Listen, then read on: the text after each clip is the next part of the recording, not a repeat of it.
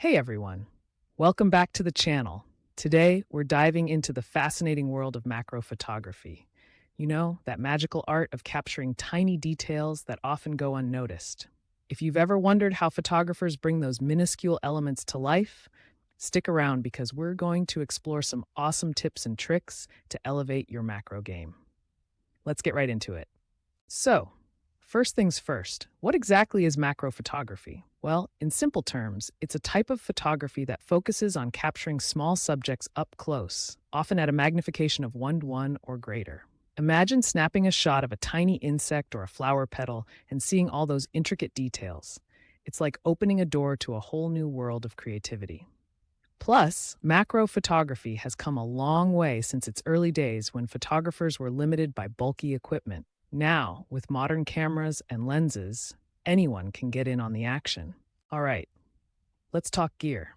Now, you don't need to break the bank to get started, but having the right equipment can make a world of difference. If you have a DSLR or a mirrorless camera, you're already on the right track.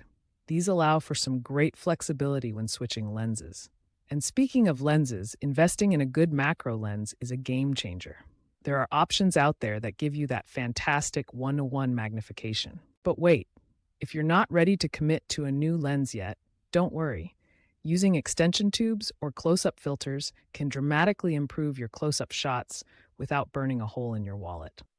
For stability, a tripod is your best buddy.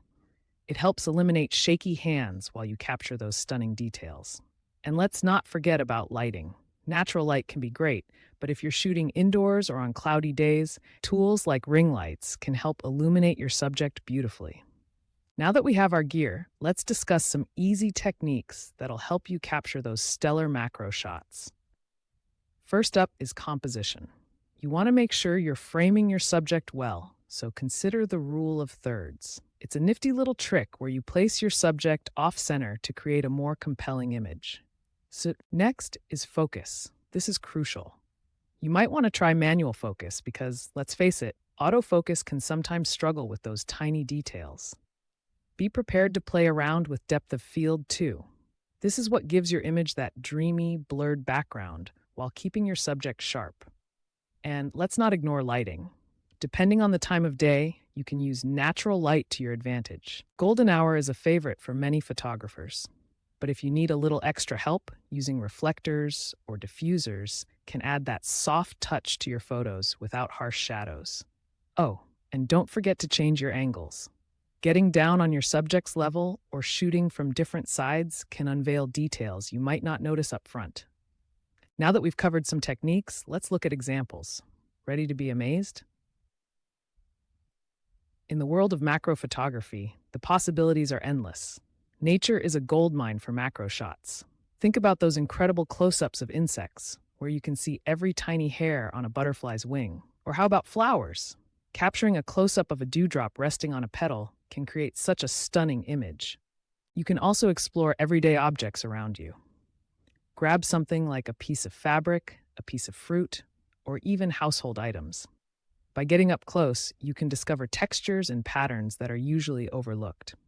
I'll show you some before and after shots demonstrating how editing can take these images to the next level. Common challenges in macro photography. Of course, with all this fun comes a few challenges. One common hurdle is dealing with movement. Our tiny friends don't always stay still for their close-up. Patience is key here. Sometimes you may need to wait for the perfect moment.